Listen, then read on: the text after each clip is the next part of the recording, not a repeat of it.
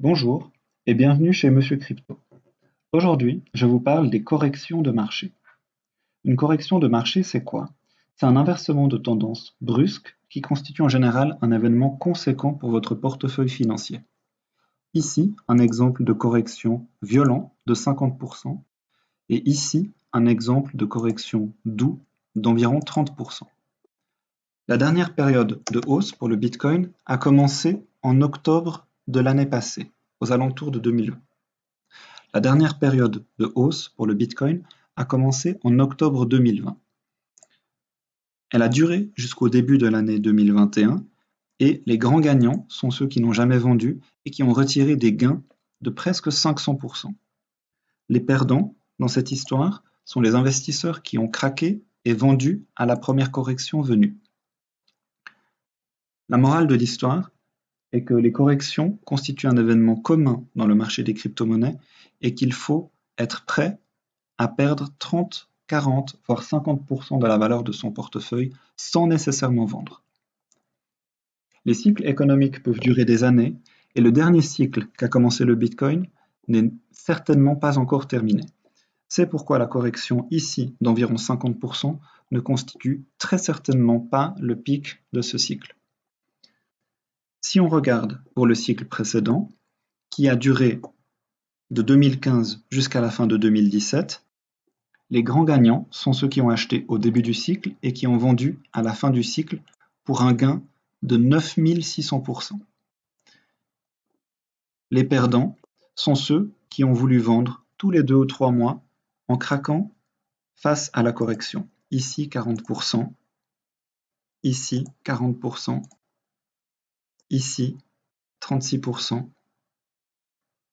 40%, 34%, 37% et 30%. Bien sûr qu'il est essentiel de vendre vos crypto-monnaies à un certain point, mais si vous vendez votre crypto-monnaie tous les 2 ou 3 mois à la moindre correction, vous allez réaliser de tout petits gains en comparaison avec les investisseurs qui savent tenir sur la durée.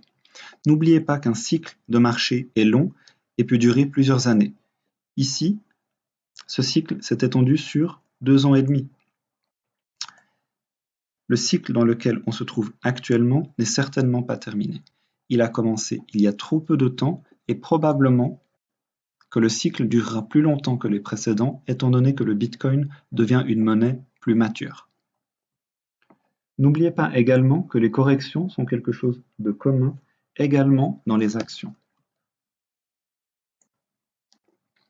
Prenez par exemple la bourse américaine avec le Dow Jones. Si vous regardez la valeur du Dow Jones, elle n'a fait qu'augmenter pendant les 120 dernières années. Bien sûr qu'il y a eu d'énormes corrections en chemin, mais globalement, la valeur n'a fait que monter. Pareil pour le Bitcoin.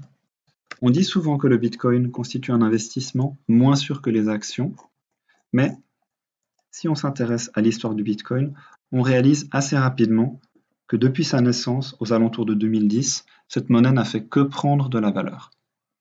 On peut donc considérer que d'un point de vue statistique, il s'agit ici d'un investissement fiable qui devrait continuer de prendre de la valeur avec le temps.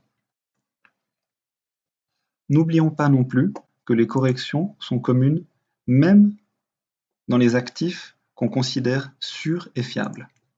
Ici, vous avez par exemple le graphique de l'or et comme vous pouvez le constater, en 2011, l'or a subi une immense correction de 46%, une correction digne d'une crypto-monnaie. La seule différence est que cette correction a duré beaucoup plus longtemps et a mis beaucoup plus longtemps pour se rétablir. Les personnes qui ont acheté de l'or en 2011 ne sont gagnantes que maintenant, avec un prix légèrement plus élevé. En conclusion, les corrections, notamment dans le marché des crypto-monnaies, constituent un événement extrêmement commun. Si vous voulez maximiser vos gains, évitez de vendre à la moindre correction et prenez en compte l'entièreté du cycle de marché qui peut durer plusieurs années. J'espère que cette vidéo vous a plu. N'hésitez pas à poser vos questions en commentaire. N'oubliez pas de liker la vidéo et de vous abonner. Et à bientôt pour une prochaine vidéo crypto.